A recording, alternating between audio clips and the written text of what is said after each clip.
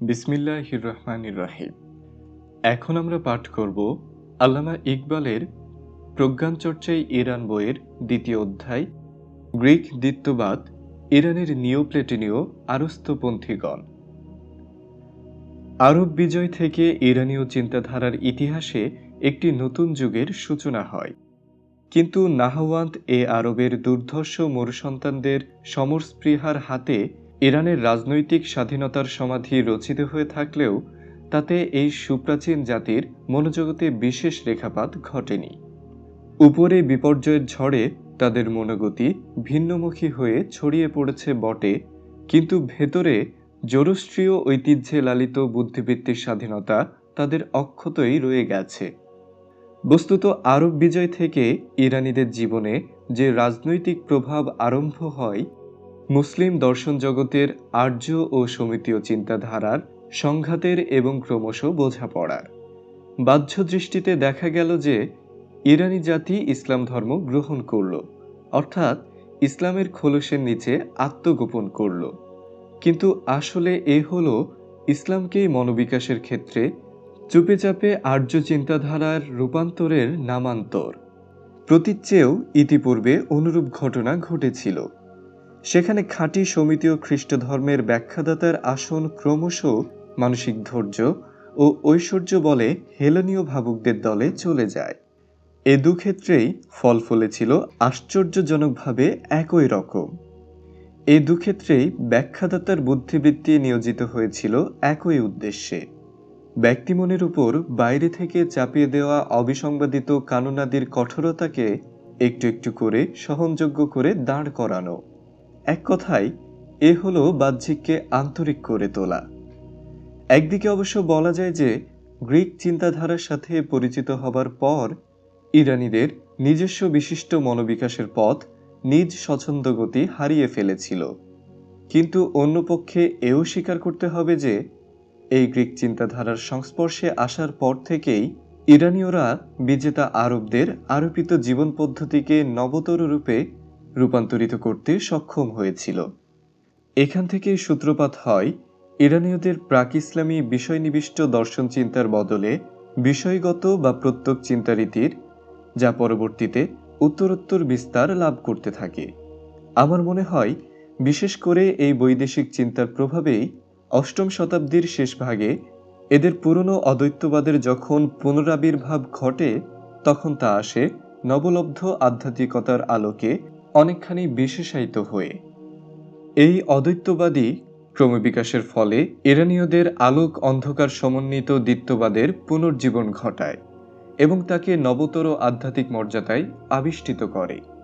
আমরা বলেছি যে গ্রিক চিন্তাধারা ইরানের সুনিপুণ বুদ্ধিবৃত্তিকে নতুনভাবে সঞ্জীবিত করে তুলেছিল। শুধু তাই নয়, ইরানীয় দর্শন প্রগতির মূলে ইন্ধন যোগাবার পথে তা দেহে মনে এ ধারার মধ্যে শেষতক নিমজ্জিত হয়ে পড়ে। অতএব কিছুখানি পুনরাবৃত্তি দোষ স্বীকার করেও এবং খাঁটি ইরানীয় চিন্তাধারার ইতিহাসে প্রসঙ্গটি অপরিহার্য না হয়ে থাকলেও ইরানীয় নিওপ্লোটোনীয় মতবাদের কথঞ্চিত সংক্ষিপ্ত পরিচিতি এখানে দেওয়া প্রয়োজন মনে করি। অবশ্য এ প্রসঙ্গে মনে রাখতে হবে যে গ্রিক জ্ঞানধারা মুসলিম প্রাচ্যের দিকে প্রবাহিত হয়েছিল হারান ও সিরিয়া হয়ে। সিরিয়াবাসীরাই গ্রিকদের সর্বাধুনিক দর্শন পদ্ধতি নিওপ্লেটোনিজম প্রথমে আয়ত্ত করে তৎকালীন মুসলিম জগতের দিকে চালিয়ে দেয়। তারা অবশ্য এ পদ্ধতিকেই বিশ্বাস করত আরস্তো বা অ্যারিস্টটল দর্শন বলে।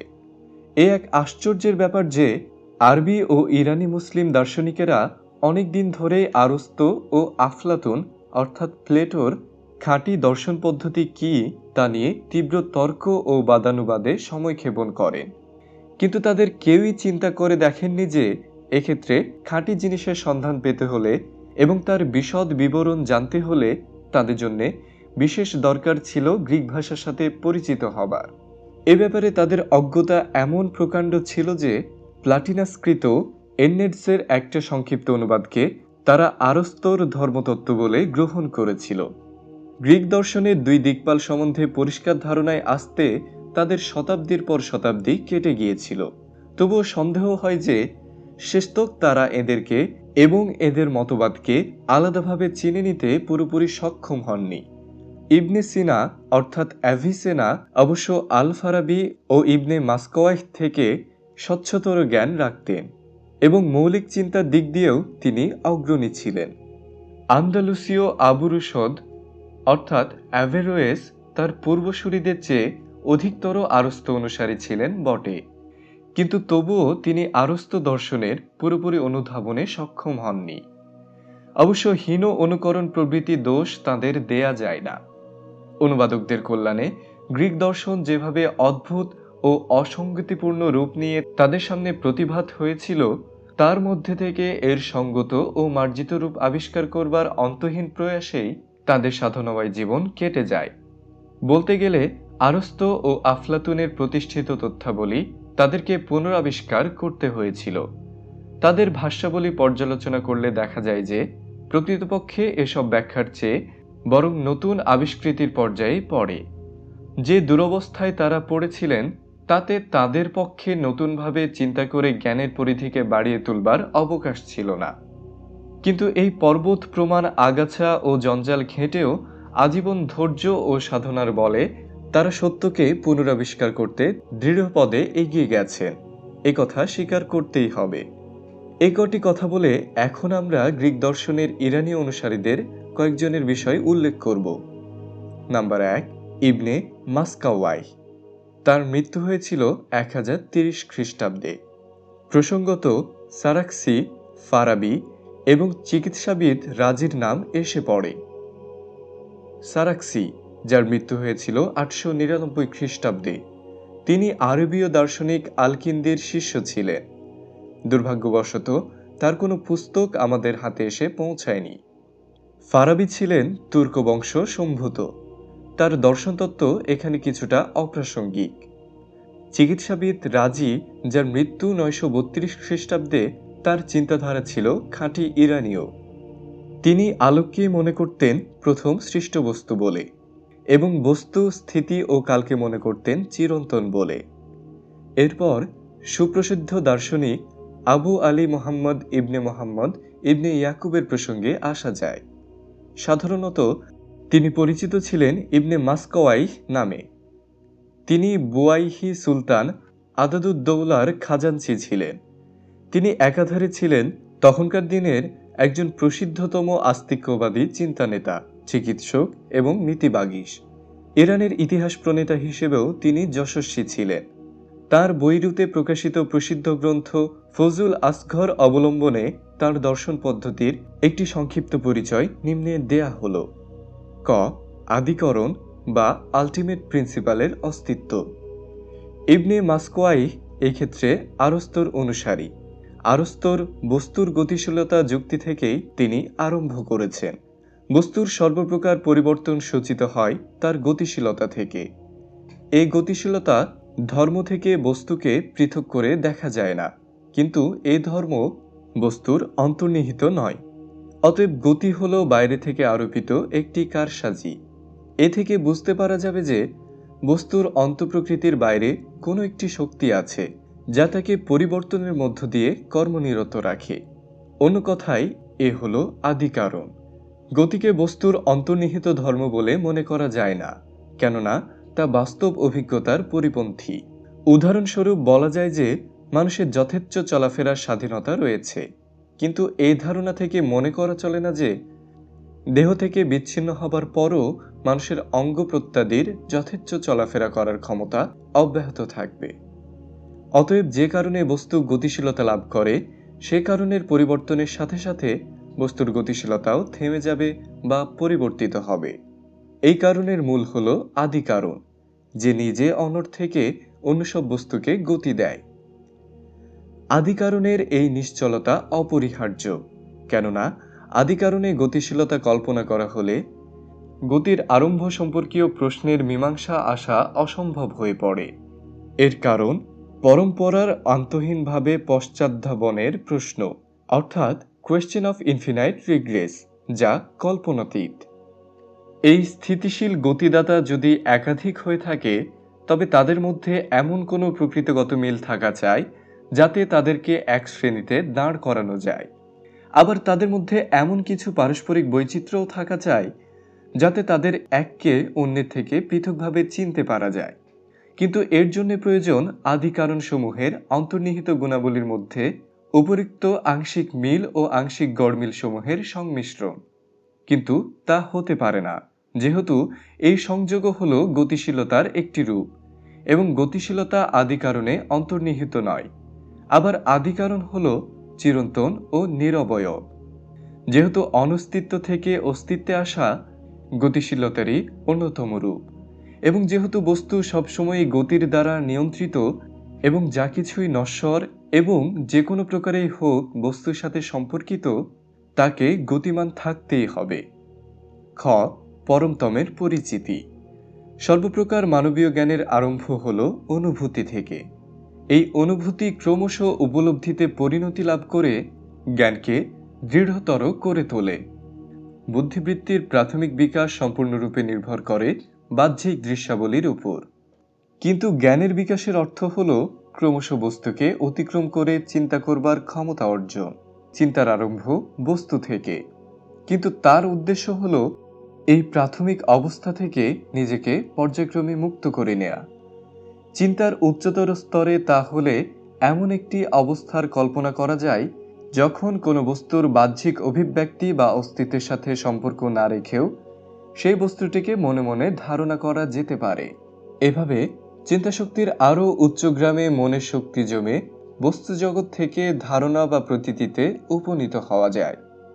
অবশ্য এই কথা মনে রাখতে হবে যে এই প্রতীতি যেসব উপলব্ধির যোগ বিয়োগ ও পর্যালোচনার ফল, সেসবেরও মূলে রয়েছে কতকগুলি প্রাথমিক অনুভূতিমূলক অভিজ্ঞতা, যার মূলে আবার রয়েছে বস্তুর অস্তিত্ব। অতএব কিছুই সম্পূর্ণ বস্তু নিরপেক্ষ হতে পারে না। কিন্তু প্রতীতি যদিও উপলব্ধি থেকে আসে, তবু এই দুইয়ের প্রকৃতিগত পার্থক্য কখনো ভুলবার মতো নয়। ব্যক্তি অনুভূতি প্রতিনিয়ত পরিবর্তনের অধীন, তাতে অনুভূতির স্বজ্ঞাত জ্ঞানের মূলও অনবরত কম্পমান। অতএব ব্যক্তিগত জ্ঞানে চিরন্তনতা আরোপ করা চলে না। অন্যপক্ষে বিশ্বজনীনতা প্রতীতির উপর পরিবর্তনশীলতার আইন অপ্রযোজ্য।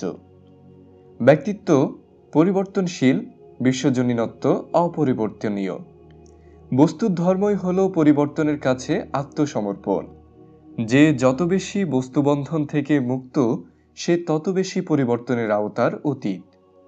আল্লাহ তাআলা বস্তুবন্ধন থেকে সম্পূর্ণ মুক্ত, অতএব তিনি সম্পূর্ণরূপে চিরন্তন। প্রকৃতপক্ষে তার এই পরিপূর্ণ বস্তুবন্ধন নিরপেক্ষতার জন্যেই তাকে প্রতীতিতে আনা আমাদের জন্য কঠিন, এমনকি অসম্ভব হয়ে দাঁড়ায়। সর্বপ্রকার দার্শনিক চিন্তার উদ্দেশ্য হল মনকে এমনভাবে গড়ে তোলা যে যাতে সে বাহ্যিক যোগাযোগ থেকে বিচ্ছিন্ন করে প্রতীতিকে হৃদয়ঙ্গম করতে পারে এবং উত্তরোত্তর সাধনায় একদিন সম্পূর্ণ বস্তুবন্ধন নিরপেক্ষ আদি প্রতীতির ধারণা করতেও সক্ষম হয়। এখন আমরা জানব তৃতীয় অংশ, এক থেকে বহু সম্পর্কে। এ প্রসঙ্গে ইবনে মাসকোয়াই এর সিদ্ধান্ত ভালো করে বুঝতে হলে তাকে দুভাগে বিভক্ত করে দেখা প্রয়োজন।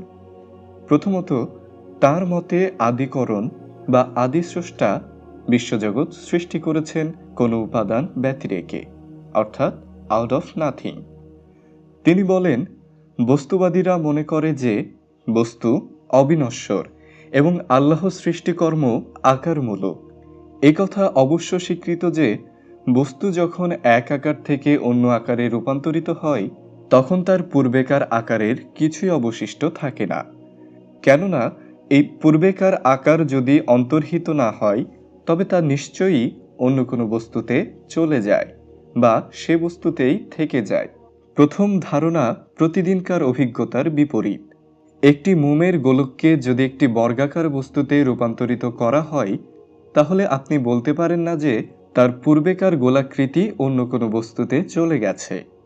দ্বিতীয় ধারণাটিও অসম্ভাব্য, কেননা তা হলে স্বীকার করতে হবে যে একই বস্তু একাধারে বৃত্তাকার এবং দৈর্ঘ্যাকার, যা অসম্ভব। অতএব স্বীকার করতে হবে যে কোনো বস্তু যখন অন্য বস্তুতে পরিণত হয় তখন তার পূর্ব অস্তিত্ব সম্পূর্ণ লোপ পেয়ে যায়। এই সূত্র থেকে আমরা সিদ্ধান্ত করতে বাধ্য যে আকার, বর্ণ ইত্যাদি রূপগুণের আবির্ভাব হয় সম্পূর্ণ অনস্তিত্ব থেকে। এখন বস্তুও যে এসব গুণাবলীর মতো নশ্বর তা বুঝতে হলে নিম্নের দুইটি সূত্র অনুধাবন করতে হবে। সূত্র 1, বস্তু বিশ্লেষণ করলে দেখা যায় যে তা কয়েকটি মৌলিক পদার্থের সমাবেশ, কিন্তু এসব মৌলিক পদার্থের বৈচিত্র্য একটি সরল পদার্থের বিভিন্ন রূপ মাত্র। নাম্বার 2, আকার এবং বস্তু অবিচ্ছেদ্য, কিন্তু বস্তুর পরিবর্তনের দ্বারা আকারের বিলুপ্তকরণ সম্ভব নয়। এই দুই সূত্র থেকে ইবনে মাসকুয়াই সিদ্ধান্ত করেন যে বস্তুর আরম্ভ হয় কালের গর্ভে। বস্তু এবং আকার কোনো এক সময় থেকে আবির্ভূত হয়, কেননা বস্তুকে অবিনশ্বর মনে করলে আকারকেও তাই মনে করতে হয়, কিন্তু আমরা দেখলাম যে তা নয়। দ্বিতীয়ত, সৃষ্টি পর্যায়ের কথা। বিশ্ব প্রকৃতিতে সর্বত্র পরিব্যাপ্ত এই সীমাহীন বৈচিত্র্যের কারণ কি? একক স্রষ্টার সৃষ্টি এত বিচিত্র কেন? তার মতে, একই কারণ যখন বিভিন্ন ক্রিয়া সৃষ্টি করে তখন নিম্নবর্ণিত কোনো না কোনো সূত্রের উপর এসব ক্রিয়ার বৈচিত্র্য নির্ভর করছে। নাম্বার 1, কারণের শক্তি বিভিন্ন হতে পারে। উদাহরণত, মানুষকে মনে করা যেতে পারে বিভিন্ন উপাদান ও শক্তির সমাবেশ রূপে। অতএব এক মানুষ নানারূপ ক্রিয়া সম্পাদনে সক্ষম। নাম্বার 2, একই কারণ বিভিন্ন উপায় অবলম্বন করে বিভিন্ন ক্রিয়ার সৃষ্টি করতে পারে। নাম্বার 3, একই কারণ বিভিন্ন উপাদান ব্যবহার করতে পারে। আদি কারণ আল্লাহ সম্বন্ধে এ যুক্তির কোনোটি খাটে না। তিনি যে বিভিন্ন পৃথক পৃথক ক্ষমতার অধিকারী তা হতে পারে না, কেননা তার প্রকৃতি যৌগিক নয়। যদি মনে করা হয় যে তিনি বিভিন্ন উপায় অবলম্বন করে এসব বৈচিত্র্যের সৃষ্টি করেছেন, তবে প্রশ্ন ওঠে, এসব বিভিন্ন উপায়ের সৃষ্টিকর্তা কে? তৃতীয় সূত্রটিও সৃষ্টির মূল কারণ হিসেবে টেকে না। এক কারণের আধার থেকে বা তার ধর্ম থেকে নানারূপ ফল দেখা দিতে পারে না। অতএব এখন আমাদের সামনে একটি মাত্র পথ খোলা রইল যে আদি কারণ মাত্র একটি বস্তু সৃষ্টি করেছিলেন এবং তার থেকে অন্যটির সৃষ্টি হয়েছে। ইবনে মাসকুয়াই এখানে নিওপ্লুটোনীয় নির্গমন তত্ত্বের উল্লেখ করেছেন।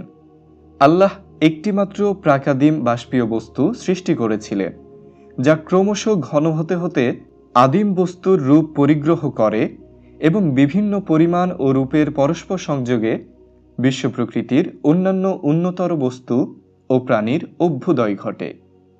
শিবলি নিম্নলিখিত রূপে ইবনে মাসকুয়াইর ক্রমবিকাশ তত্ত্বের বর্ণনা দিয়েছেন। আদিম বস্তুসমূহের মিশ্রণে প্রথমে খনিজ জগতের সৃষ্টি হয়। এইটি জীবনের নিম্নতম স্তর। উদ্ভিদ জগৎ হল ক্রমবিকাশের পথে এর উন্নততর স্তর। প্রথমে আপনা থেকে দেখা দিল তৃণাদি, তারপর লতাগুল্ম ও নানা প্রকার বৃক্ষাদি। এদের কেউ কেউ প্রাণীজগতের নিকট প্রতিবেশী। এদের কোনো কোনো হালচাল প্রাণীজগতের স্বভাবের অনুরূপ। উদ্ভিদ জগৎ ও প্রাণীজগতের মধ্যে আরেক প্রকার জীবনের অভিব্যক্তি আছে, যা প্রাণীও নয় উদ্ভিদও নয়, অথচ দুজনারই কিছু কিছু বৈশিষ্ট্যবাহী, যেমন প্রবাল। জীবনের এই মাধ্যমিক পর্যায়ের অব্যবহিত পরেই যারা রয়েছে তাদের বৈশিষ্ট্য হল গতিশীলতা এবং স্পর্শবোধ, যা দেখা যায় পৃথিবী পৃষ্ঠের আদিম শ্রেণীর ক্ষুদ্রাকার কীট জগতে। এই স্পর্শবোধ থেকে এরা বিভিন্ন বস্তুর পার্থক্য বুঝতে পারে এবং ক্রমশ অন্যান্য রূপ বোধশক্তি আয়ত্ত করে। তারপর থেকে বুদ্ধিবৃত্তির প্রথম উন্মেষ শুরু হয়। এরপর থেকে বুদ্ধিবৃত্তি ক্রমশ উৎকর্ষের পথে চলতে থাকে। মানুষের সাদৃশ্য রয়েছে লাঙলহীন বানরের সাথে। এরা ক্রমশ সোজা হয়ে দাঁড়াতে শিখল এবং বুদ্ধিবৃত্তির উৎকর্ষ সাধন করে প্রায় মানুষের পর্যায়ে এলো। এখানে পশুত্বের ইতি এবং মনুষ্যত্বের আরম্ভ। এখন আমরা আলোচনা করব চতুর্থ অংশ, আত্মা সম্পর্কে। আত্মার স্বাধীন অস্তিত্ব আছে কিনা সে প্রশ্নের মীমাংসার আসবার আগে আমাদের মানবীয় জ্ঞানবৃত্তির প্রকৃতি অনুধাবন করতে হবে। বস্তুর অপরিহার্য ধর্ম এই যে সে একটি সময়ে দুরকম আকার ধারণ করতে পারে না। একটি রূপার চামচকে রূপার গ্লাসে পরিণত করতে হলে তার চামচাকৃতিকে বিনষ্ট করতে হবেই। এই কানুন সব বস্তুর জন্যেই সাধারণভাবে প্রযোজ্য। কোনো বস্তুকে যদি এই কানুন পালন না করতে দেখা যায়, তবে বুঝতে হবে সে আদতে বস্তুই নয়। এখন উপলব্ধির প্রকৃতি কি? এক্ষেত্রে আমরা দেখতে পাই যে মানুষ একই সাথে একাধিক বস্তুর সাথে পরিচিত হবার ক্ষমতা রাখে। অর্থাৎ মানুষের উপলব্ধিরূপ বৃত্তি একই সাথে বিভিন্ন রূপ ধারণ করতে পারে। অতএব যেহেতু এ বৃত্তিতে বস্তুর মৌলিক গুণের অভাব, এ বৃত্তি বস্তু হতে পারে না। একই মুহূর্তে নানারূপ বিভিন্ন বস্তু বা ঘটনার উপলব্ধি আত্মার অন্তর্নিহিত গুণ বা ক্ষমতার আওতাভুক্ত। অবশ্য এ কথা বলা যায় যে আত্মারূপ বৃত্তি বাস্তব মূল থেকে উৎসারিত কিংবা বস্তুরই একটি প্রতিফলিত রূপ হওয়া বিচিত্র নয়। কিন্তু বস্তু ও আত্মা যে এভাবে সম্পর্কযুক্ত নয়, তা নিম্নোক্ত যুক্তি থেকে বোঝা যাবে। নাম্বার 1, যে বস্তু বিভিন্ন আকার ও অবস্থা অবলম্বন করতে পারে, তা সে সব আকার বা অবস্থার কোনো একটি হতে পারে না। কোনো জিনিস যদি নানারূপ রং ধারণ করতে পারে, তবে তাকে মনে করতে হবে আদতে বর্ণহীন। আত্মা সম্বন্ধেও এ কথা বলা চলে যে বিভিন্ন বস্তুর উপলব্ধি ছলে তা বিভিন্ন আকার ও অবস্থা অবলম্বন করে। অতএব আত্মাকে সেসব আকারের একটি বলে মনে করা চলে না। সমকালীন ফ্যাকাল্টি সাইকোলজি তত্ত্বকে ইবনে মাসকোয়াই স্বীকৃতি দেননি। মনের বিভিন্ন অবস্থাকে তিনি আত্মারই রূপান্তরণের বিভিন্ন অবস্থা বলে মনে করেছেন। নাম্বার 2, গুণাবলী অনবরত পরিবর্তনশীল। এই পরিবর্তনশীলতার অতীতে এমন কোনো অপরিবর্তনশীল মৌলিক উপস্তর রয়েছে যার উপর ব্যক্তি পরিচিতি প্রতিষ্ঠিত। এভাবে আত্মাকে বস্তু নিরপেক্ষ প্রমাণ করবার পর ইবনে মাসকোয়াই সংক্ষেপত নিম্নোক্ত যুক্তিরাজি বলে আত্মাকে অবস্তুমূলক বলে ঘোষণা করেছেন। নাম্বার 1, মানুষের বা যে কোনো প্রাণীর ইন্দ্রিয়াবলীর কোনো একটি বৃহত্তর উত্তেজনার সংস্পর্শে আসার পর কিছুকালের জন্য ক্ষুদ্রতর উত্তেজনাদি উপলব্ধি করার মতো ক্ষমতা হারিয়ে ফেলে। কিন্তু মানসিক বৃত্তি বা উপলব্ধির ব্যাপারে এ কথা খাটে না। নাম্বার 2, কোনো জটিল বা দুর্গেয় বিষয় নিয়ে যখন আমরা ভাবতে আরম্ভ করি, তখন আমাদের চারপাশের বস্তুজগৎ থেকে আমরা নিজেদের বিচ্ছিন্ন করে নেবার প্রয়াস পাই। কেননা এসবকে আমরা তখন আধ্যাত্মিক প্রচেষ্টার প্রতিবন্ধক বলে মনে করি। আত্মা যদি বস্তুমূলক হয়ে থাকত, তবে নিজ উৎকর্ষ সাধনের পথে তাকে বস্তুজগৎ থেকে বিচ্ছিন্ন করবার প্রয়োজন দেখা দিত না। নাম্বার 3, প্রবল উত্তেজনা ইন্দ্রিয়কে দুর্বল করে, এমনকি কখনো কখনো তার ক্ষতিও সাধন করে। কিন্তু জাগতিক ধারণাবলী ও জ্ঞান সম্বন্ধে বিদ্যা বাড়বার সাথে সাথে বুদ্ধিবৃত্তির উৎকর্ষ সাধিত হয়। নাম্বার 4, বার্ধক্যজনিত দৈহিক দুর্বলতার ফলে মানসিক শক্তির ক্ষতি হয় না। নাম্বার 5, আত্মার পক্ষে এমন কতগুলি ব্যাপার ধারণায় আনা সম্ভব যা ইন্দ্রিয়গ্রাহ্য জ্ঞানের অতীত। উদাহরণত, দুটি পরস্পর বিরোধী ব্যাপার যে একই সময়ে বিরাজ করতে পারে, এ অনুভূতি ইন্দ্রিয়াদির অতীত। নাম্বার 6, আমাদের মধ্যে এমন একটি শক্তি বিরাজ করছে যা আমাদের অঙ্গ প্রত্যঙ্গ দিকে পরিচালিত করে, আমাদের ইন্দ্রিয়রাজির ভুলচুক শোধরায় এবং আমাদের জ্ঞান ও ক্ষমতাবলীয় সামঞ্জস্য বিধান করে।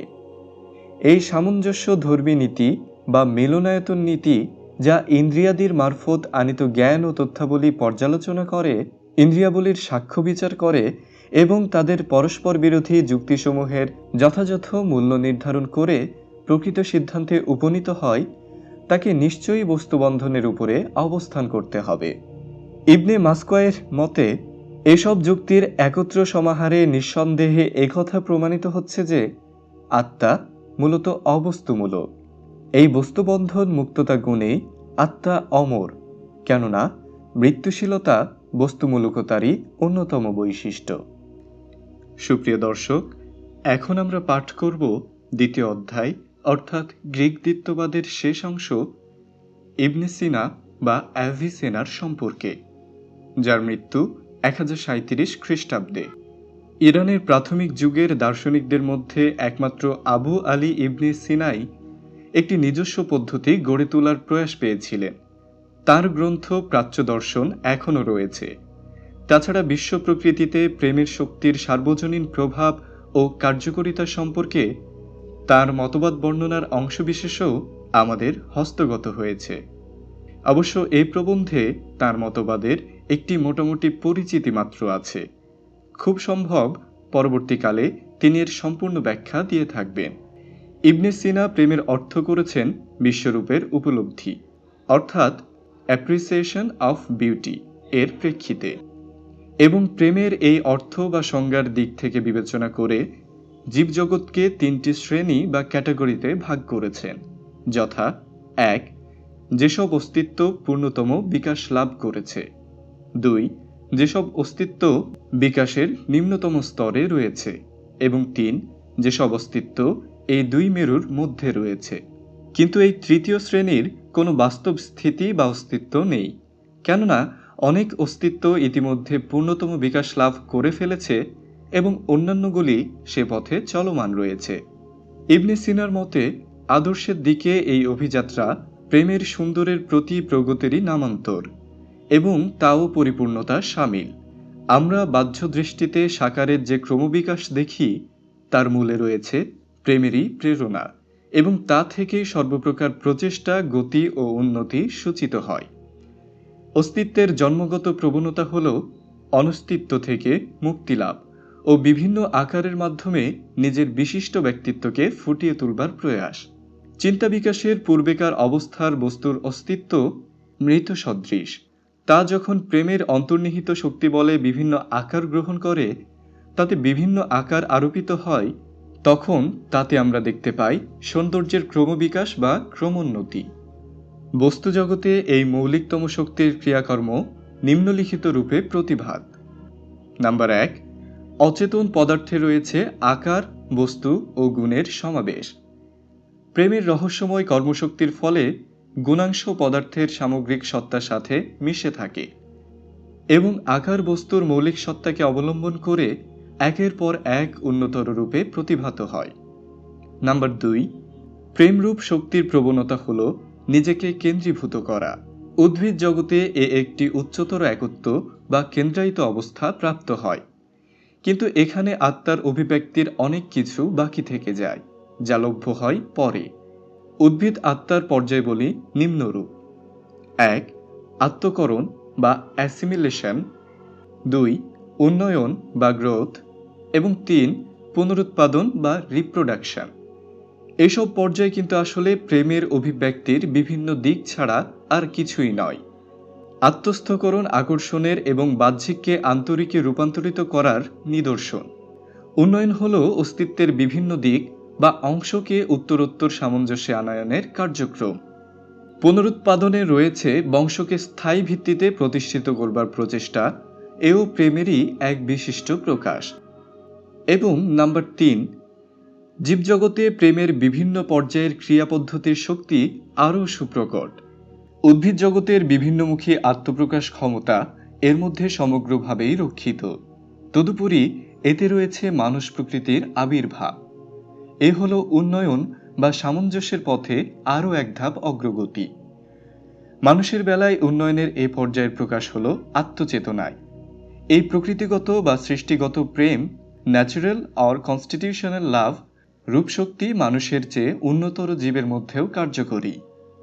সব অস্তিত্বই প্রথমতম প্রেমাস্পদের চিরন্তন বিশ্বরূপ, অর্থাৎ the first বিলাভ, the eternal beauty এর পথের অভিসারী। এর চরমতম লক্ষ্যের নৈকট্য বা দূরত্বের পরিমাপই যে কোনো অস্তিত্বের প্রকৃত কদর বা নৈকট্য নিরূপিত করে। একজন বিচক্ষণ চিকিৎসাবিজ্ঞানী হিসেবেও ইবনে সিনা আত্মার প্রকৃতি সম্পর্কে কৌতূহলী ছিলেন। তার সময়ের জীবাত্মার দেহান্তর গ্রহণ বা পুনর্জন্ম অর্থাৎ মেটেমসাইকোসিস প্রসার লাভ করছিল। স্বভাবতই সাধারণ মানুষের কাছে এ তত্ত্ব দিন দিন জনপ্রিয় হয়ে উঠছিল। কিন্তু ইবনে সিনা আত্মার প্রকৃতি সম্বন্ধে বিশদ আলোচনা করে এ তত্ত্বের অসারতা প্রমাণ করেন। তিনি বলেন, আত্মাকে একটি সংজ্ঞার মধ্যে আনা খুব কঠিন কাজ, কেননা অস্তিত্বের বিভিন্ন পর্যায়ে এর ক্ষমতা ও প্রবণতা বিভিন্ন রূপ। আত্মার বিভিন্ন অভিব্যক্তি সম্পর্কে তার মতবাদ নিম্নে দেখানো হলো। নাম্বার 1, অচেতন কর্মসূত্রে অভিব্যক্তি। ক, উদ্ভিদ আত্মা। উদ্ভিদ আত্মার বিভিন্ন রূপ হল আত্মস্থকরণ, উন্নয়ন, পুনরুৎপাদন। নাম্বার খ, একমুখী ক্রিয়াকর্ম এবং বিভিন্ন কর্মপ্রেরণাকে এক পর্যায়ে বা এক নীতির আওতায় আনয়ন, মনোবিকাশ বা চিন্তা স্ফুরণ ও বিশিষ্ট রূপ গ্রহণ। নাম্বার 2, চৈতন্যমূলক কর্মের অভিব্যক্তি। একাধিক বিষয়বস্তুর লক্ষ্যে জীবাত্মা 2 প্রকার। এক্ষেত্রে প্রথম প্রকার হল ইতর প্রাণীর ক্ষেত্রে এবং দ্বিতীয় প্রকার মানুষের ক্ষেত্রে। প্রথমে ইতর প্রাণীর ক্ষেত্রে যে বিভাজনগুলো রয়েছে সেগুলো সম্পর্কে জানি। এগুলো হলো ক, উপলব্ধিমূলক ক্ষমতা, খ, প্রেরণামূলক ক্ষমতা যথা আনন্দলাভ এবং বেদনা পরিহারের ইচ্ছা। এবং মানুষের ক্ষেত্রে বিভাজনগুলো 1, উপলব্ধিমূলক ক্ষমতা। এগুলো হলো পঞ্চ বাহ্যেন্দ্রিয় এবং পঞ্চ অন্তরেন্দ্রিয়। পঞ্চ অন্তরেন্দ্রিয়র মধ্যে রয়েছে ইন্দ্রিয় জ্ঞান কেন্দ্র বা মস্তিষ্ক, প্রতীতি ধারণ, প্রতিবিম্ব ধারণ, প্রতীতি, কল্পনা এবং স্মৃতি। আত্মার এই 5টি অন্তরেন্দ্রিয় মানুষের বেলায় দেখা যায় যুক্তিবৃত্তির ক্রমবিকাশের ক্ষেত্রে। এর ফলে মানবীয় যুক্তি ক্রমশ ফেরেশতা সুলভ এবং পয়গম্বর সুলভ যুক্তির পথে অগ্রসর হয়। এবং মানুষের ক্ষেত্রে আরেকটি বৈশিষ্ট্য হল গতিধর্মিতা এবং আকাঙ্ক্ষা। আত্মার বিভিন্ন অভিব্যক্তির সম্পর্কে ইবনে সিনার দ্বিতীয় মতবাদ অর্থাৎ চৈতন্যমূলক কর্মের অভিব্যক্তির দ্বিতীয় প্রকার এক বিষয়বস্তুর লক্ষ্যে এখন আলোচনা করা হলো। এক বিষয়বস্তুর লক্ষ্যে একই নিয়মে আনিত গতিসম্পন্ন অস্তিত্বরাজির আত্মা। ইবনে সিনা তার নফস বা আত্মা সম্বন্ধে লিখিত নিবন্ধে বোঝাবার চেষ্টা করেছেন যে আত্মার জন্য বস্তুর সহযোগিতা আবশ্যক নয়। আত্মাকে কোনরূপ ধারণায় বা কল্পনায় আনতে বস্তুর বা বস্তু সঞ্জাত কোনো শক্তির উপর নির্ভর করতে হয় না। কেননা অন্য একটি ব্যাপার ধারণা করতে যদি আত্মাকে নিজ দেহ বলে কোনো কিছুর উপর নির্ভর করতে হতো, তবে এই নিজ দেহের ধারণার বেলায়ও তাকে নিশ্চয়ই প্রথমত ভিন্ন আরেকটি দেহের উপর নির্ভর করতে হয়েছিল। কিন্তু তাহলে তো এ যুক্তির আর শেষ থাকে না। অধিক কিন্তু আত্মা হলো আত্মচেতনাশীল, অর্থাৎ নিজের মাধ্যমেই নিজের সম্বন্ধে সজাগ। অতএব নিঃসন্দেহে এই সিদ্ধান্তে আসতে হয় যে আত্মা মূলত বস্তুর সহযোগিতা বা বস্তুর উপর নির্ভরশীলতা থেকে মুক্ত। আত্মার পুনর্জন্মবাদ তত্ত্ব থেকে আবার আমাদের ব্যক্তিগত পুনর্জন্মে বিশ্বাস করবার প্রয়োজন দেখা দেয়। কিন্তু আত্মা যদি দেহের অস্তিত্বের পূর্ব থেকে বিরাজমান থাকে তবে তা হয়তো এক ছিল, না হয় বহু ছিল। দেহের বহুত্ব বস্তুর আকারের বহুত্বের ফল। এ থেকে আত্মার বহুত্ব প্রমাণিত হয় না। অন্যথায় যদি আত্মা একক হিসেবে বিরাজ করত তবে তার ফল হতো এই যে কয়ের জ্ঞান বা অজ্ঞান আর ক্ষয়ের জ্ঞান বা অজ্ঞানকে বলতে হতো একই, যেহেতু ক এবং ক্ষয়ের আত্মা একই। স্পষ্টত এ ধরনের যুক্তি আত্মার ক্ষেত্রে অচল। ইবনে সিনার মতে প্রকৃতপক্ষে দেহ ও আত্মা পরস্পর লগ্ন প্রতিবেশীর মতো, কিন্তু মূলত তারা সম্পূর্ণ পরস্পর বিরোধী। দেহের ধ্বংসের ফলে আত্মার বিনাশ অবশ্যম্ভাবী নয়। বিনাশ অথবা ক্ষয় যৌগিক পদার্থের ধর্ম, কিন্তু মৌলিক, অবিভাজ্য এবং আদর্শ পদার্থের বেলায় এ হতে পারে না। এ যুক্তি থেকে ইবনে সিনা পুনর্জন্মবাদকে অস্বীকার করেন এবং কবরের অতীতে দেহবন্ধন মুক্ত চেতনাযুক্ত জীবন সম্ভাবনা প্রমাণ করতে প্রয়াস পান। উপরে ইরানীয় নিওপ্লেটনীয় দার্শনিকদের যে সংক্ষিপ্ত আলোচনা করা হলো, এতে দেখা যাচ্ছে যে এদের মধ্যে একমাত্র ইবনে সিনাই একটি নিজস্ব মতবাদ গড়ে তুলতে সমর্থ হয়েছিলেন। তার পরবর্তীকালীন অগণিত শিষ্যদের মধ্যে বাহমনিয়ার, আবুল মামুন ইস্পাহানি মাসুমি, আবুল আব্বাস, ইবনে তাহির প্রমুখের নাম করা যায়, কিন্তু তাদের সম্বন্ধে আলাদা করে কিছু বলবার নেই। ইবনে সিনার ব্যক্তিত্বের প্রভাব এত প্রগাঢ় ও সর্বগ্রাসী ছিল যে তার মৃত্যুর পর অনেককাল পর্যন্ত কোনো পরবর্তী দার্শনিক কোনো নতুন কথা বলতে পারেননি। তারা যাই বলেছেন তা ইবনে সিনার কথা দিয়ে প্রমাণ করতে হয়েছে। তার বেশি বা কম কোনো দিকে যাওয়া তখনকার জন্য অমার্জনীয় অপরাধের শামিল ছিল। আলোক ও অন্ধকারের দ্বন্দ্বমূলক পুরাতন ইরানীয় মতবাদ এখানকার নিওপ্লুটোনীয় দলের উপর কোনো সুনির্দিষ্ট প্রভাব বিস্তার করতে পারেনি। বলতে গেলে তারা কিছুদিনের জন্য গ্রিক দর্শন থেকে ঋণস্বরূপ একটি জীবনকালের পত্তন করে, কিন্তু সে মেয়াদ উত্তীর্ণ হয়ে যায় স্বাভাবিক গতিতে এবং এই বিশিষ্ট ধারাও যথাকালে সাধারণ ইরানীয় কল্পনা প্রবাহের প্রশান্ত ধারায় মিশে পড়ে।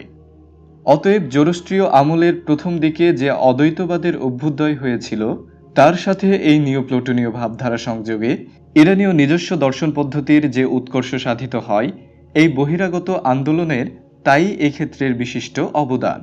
তারপর ইসলামের ধর্মীয় বাদানুবাদের ফলে এ ধারা কিছুকালের জন্য বাধাপ্রাপ্ত হয়ে থাকলেও একে আর ঠেকিয়ে রাখা সম্ভব হয়নি। পরবর্তীকালে এর প্রভাব ইরানের সমগ্র অতীত চিন্তাধারাকে আচ্ছন্ন করে বহুগুণ শক্তিতে আত্মপ্রকাশ করে।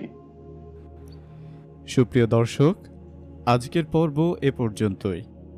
পরবর্তী পর্বে আমরা পাঠ করব বইয়ের ৩য় অধ্যায়, ইসলামে যুক্তিবাদের উত্থান ও পতন। সেই পর্যন্ত সকলে ভালো থাকুন, সুস্থ থাকুন। এতক্ষণ আমাদের সঙ্গে থাকার জন্য ধন্যবাদ।